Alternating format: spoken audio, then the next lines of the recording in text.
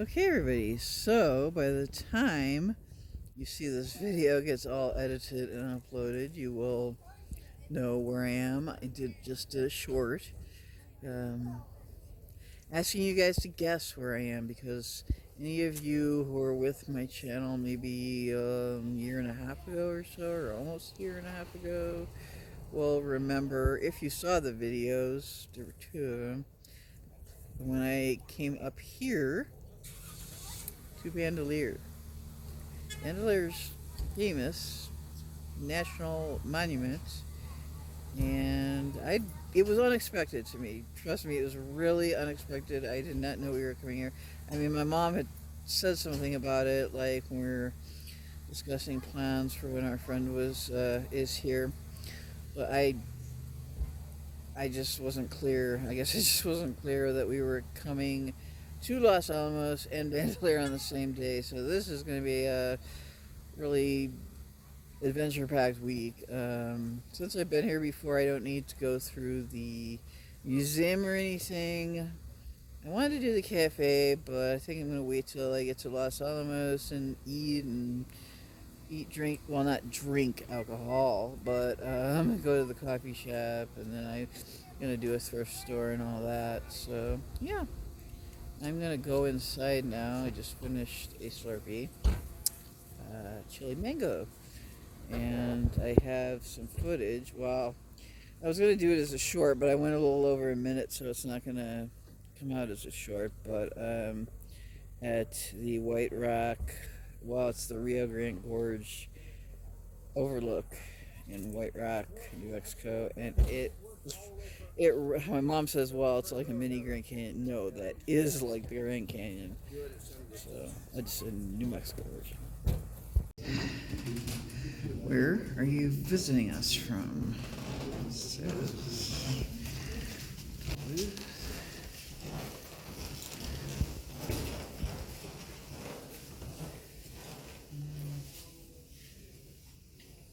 wow. Spread out. See if there's any from Chicago. Not yet.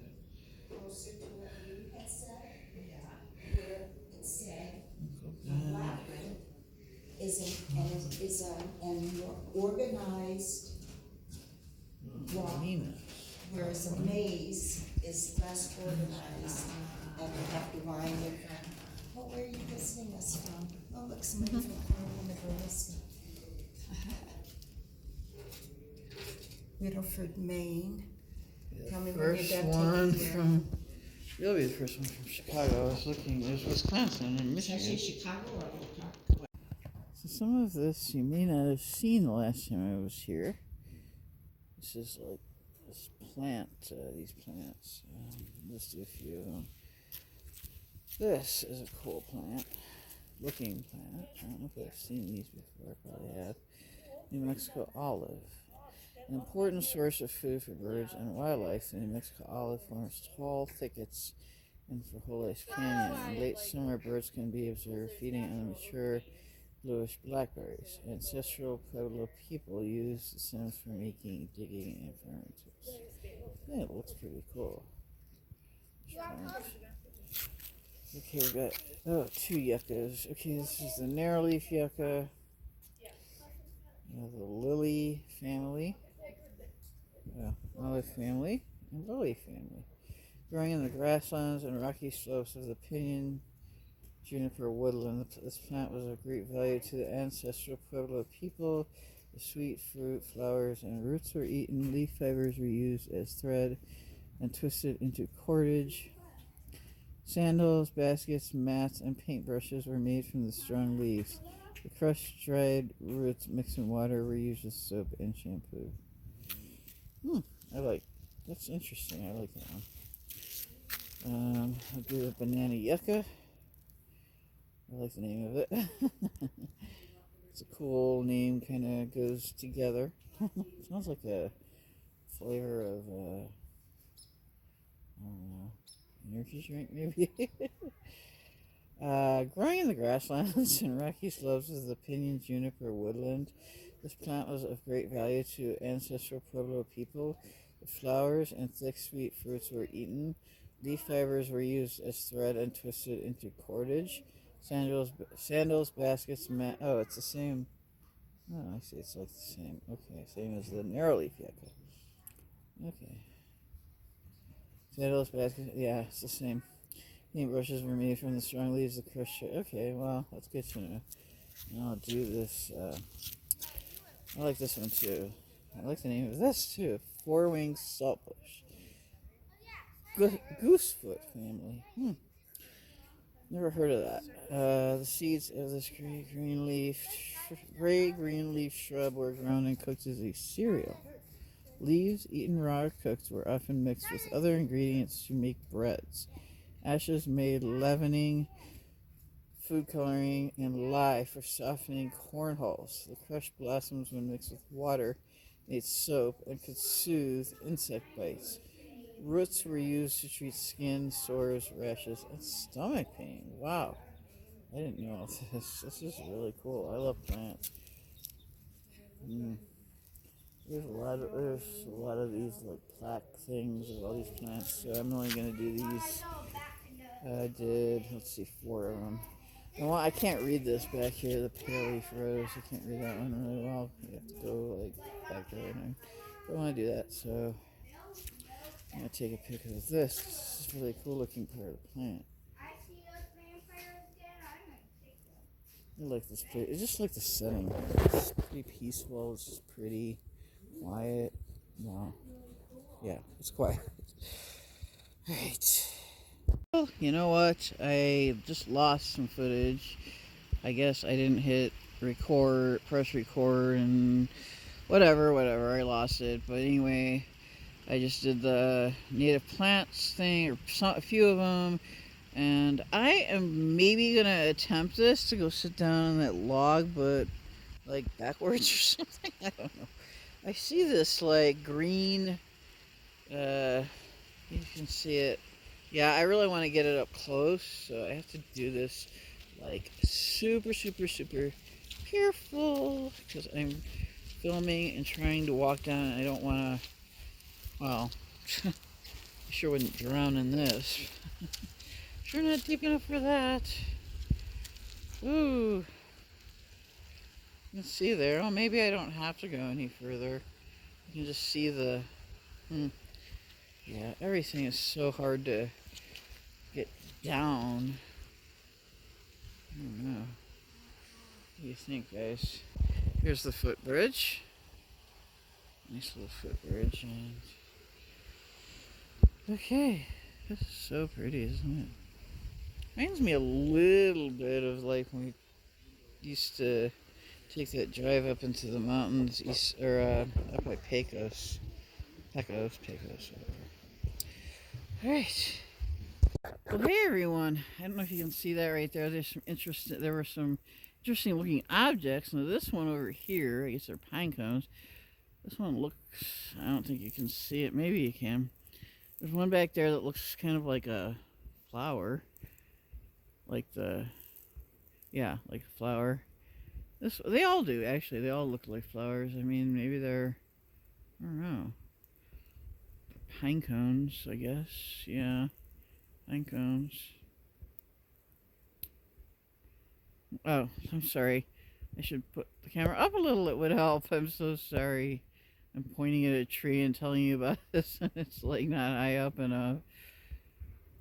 I like these kind of trees, though. I mean, just, I don't know. I always find something interesting when I really look for it because I have that artist's eye, because I'm an artist, and all artists have an artist's eye. I never really knew that until I became an artist. You can tell I'm really tired. Yeah. Well, got this bench here. Cool looking bench. I'm gonna take a pop a squat. Yeah. So anyway, I'll drink this. I like these kind of benches. They're just cool to look at, sit on. Let me open this.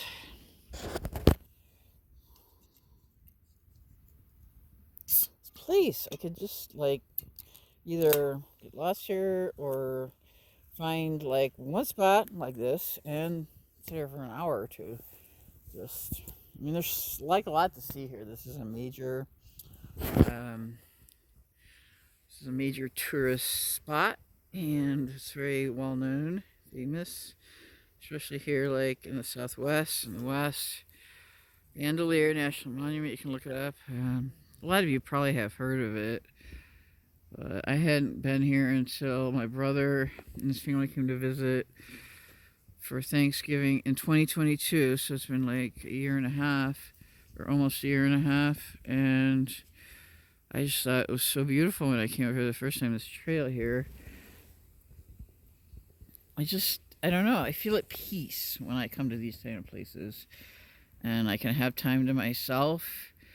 And just this time, both times, I mean, when I came before, I had time to myself and I went off and filmed, and I think it was probably on this trail right here.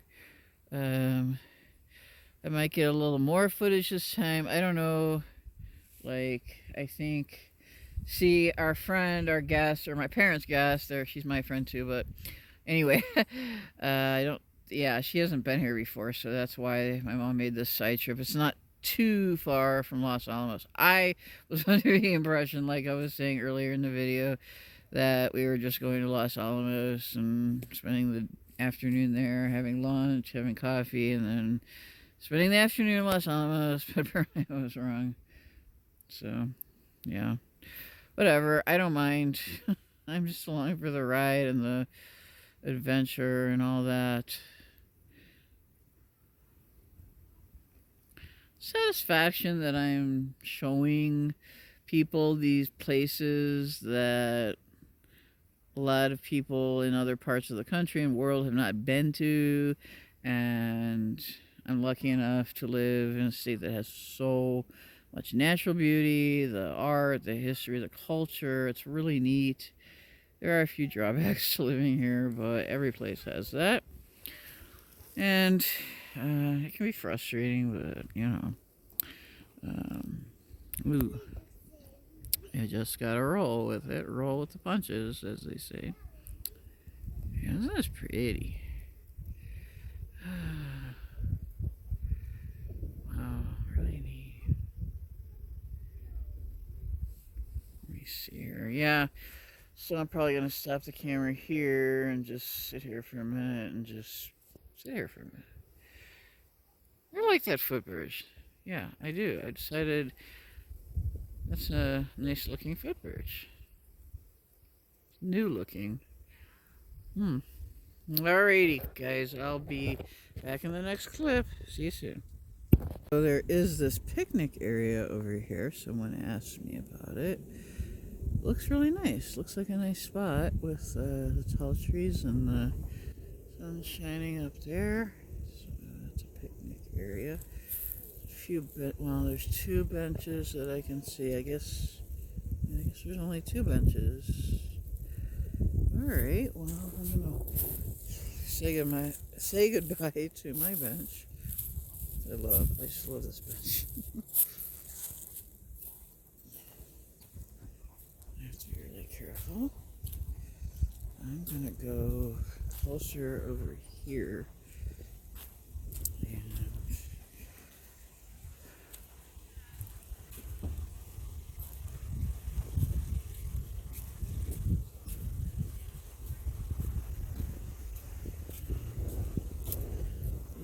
Over here to these, get on another trail. Don't want to wander too far away. I don't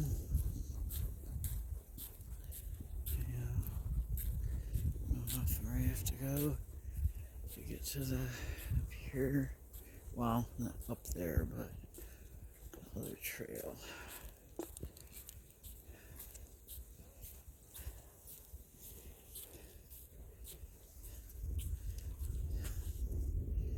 Pueblo Loop Trail grid gardening.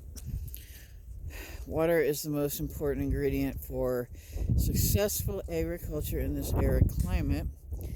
The ancestral Pueblo people developed several farming techniques that allow them to grow crops for 400 years in this land of little rain. Grid or waffle gardens were constructed by forming depressions surrounded by a low earthen or rock wall. These walls release heat at night when temperatures cool. Pumice in the soil acts both as mulch and like a sponge, absorbing water and releasing it slowly over time.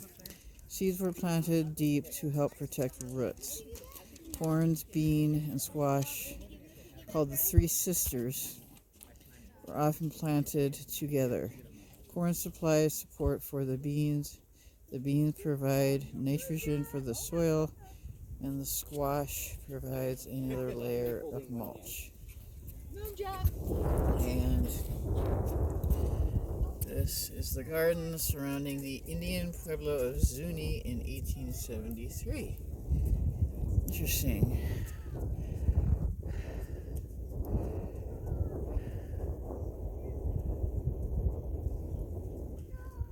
Let me see. I don't know how far this, I just don't know how far. I'm not sure this path goes on for a ways.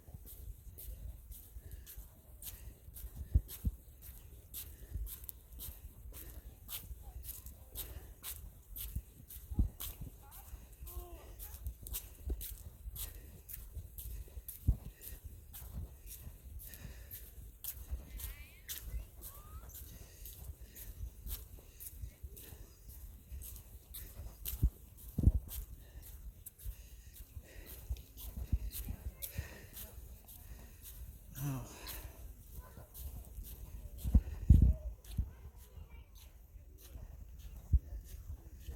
That's cool. Looks like somebody lives in these. Well, I think maybe at one time, well, I haven't gotten to it yet, but I think people did live in like these dwellings or something. I don't know. Oh yeah, they did. I don't know if I should zoom in on that. Huh. Yeah, maybe I should.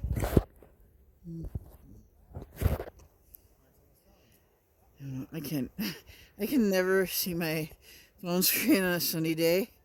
I shouldn't complain about sunny days because I love them so much, but it's really hard to see what I'm filming when the sun is like shining directly on my screen.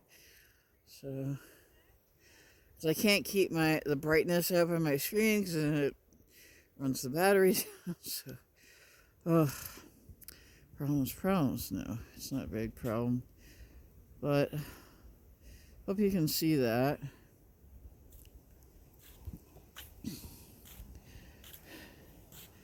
Let's see. Oh, main loop, longhouse, cliff dwellings. Okay, so I'm almost done here. I can't walk any further or anything. My mom might be ready to push on to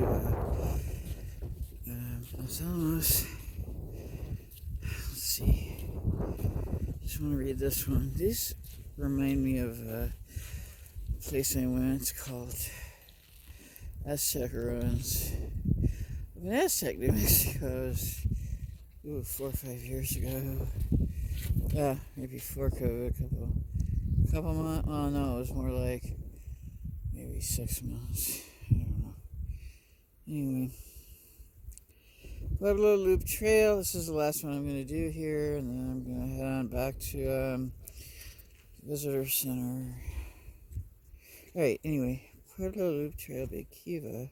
The Police Canyon was occupied from about 1150 to 1550 CE. Its large underground room is called Big Kiva. Kivas were centers for religious and political life for the ancestral or I'm sorry, who are ancestral Pueblo people and are still important in Pueblo life today. This kiva would have been covered with an earthen roof held slightly above ground level by 6 wooden pillars. People would have entered and exited using a ladder in the ceiling. These things are really cool. We can't go in or anything, I don't think. Oh, wow. I'm going to drop my camera down there. Oh no, I see. Well, it's not that deep, but still I wouldn't be able to reach down there and get it up. I dropped it. Yeah. Yeah, you can't enter these, but you can see over there. These are cool looking.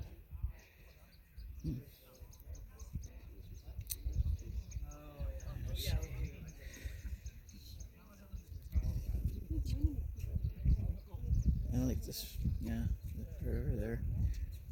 Looks like you can like live in there, like camp or something. All right, so I'm gonna head on back, and I guess this concludes the video footage of Bandelier. And we'll see you in the last one. As always, thanks for your support, thanks for watching, and thanks for joining me today. Take care.